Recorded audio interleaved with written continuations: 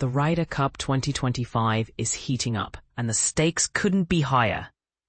After an exhilarating day one, Europe has taken a commanding lead over the United States with a score of 5.5 to 2.5, following the completion of the Friday afternoon four balls. As the sun rises on Saturday, both teams are set to return to the course for the Foursomes matches, and the anticipation is palpable. Here's a closer look at the matchups that will unfold. Match 1, 7:10 a.m. ET. Bryson DeChambeau, Cameron Young, USA, versus Matt Fitzpatrick, Ludwig Åberg, Europe. Ticking off the Saturday foursomes, Bryson DeChambeau will once again take the lead, teaming up with the promising rookie Cameron Young, who made a notable debut by winning his first Ryder Cup match on Friday afternoon. However, DeChambeau is still seeking his first victory in foursomes, having lost his previous match alongside Justin Thomas, leaving him with a record of 0-3-0 in this format. In contrast, Young has some foursomes experience from the 2022 President's Cup, where he finished with a 1-1-0 record. They will face a formidable European duo in Fitzpatrick and Åberg, who showcased their skills by defeating Scottie Scheffler and Russell Henley 5-3 in their Friday match, racking up an impressive 7 birdies and winning 7 out of the 15 holes. Match 2, 7:26 a.m. ET. Harris English, Colin Morikawa, USA, versus Rory McIlroy, Tommy Fleetwood, EUR. This matchup is a rematch from the opening foursome session, where McIlroy and Fleetwood triumphed over English and Morikawa with a decisive 5-3 victory. The European pair has established an impressive unbeaten record in foursomes, now standing at 4-0-0 together. McIlroy and Fleetwood took control from the very first hole and maintained their lead, ultimately sealing the match on the 15th green. The US team, with English playing his first ever foursomes match in the Ryder Cup, faced a significant challenge against one of Europe's most successful pairings.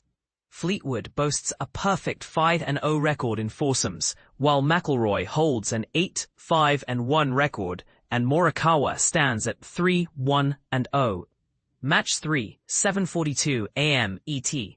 Xander Schauffele, Patrick Cantlay, USA, versus Jon Rahm, Tyrrell Hatton, EUR. In Match 3, we see a familiar and successful pairing for the US team.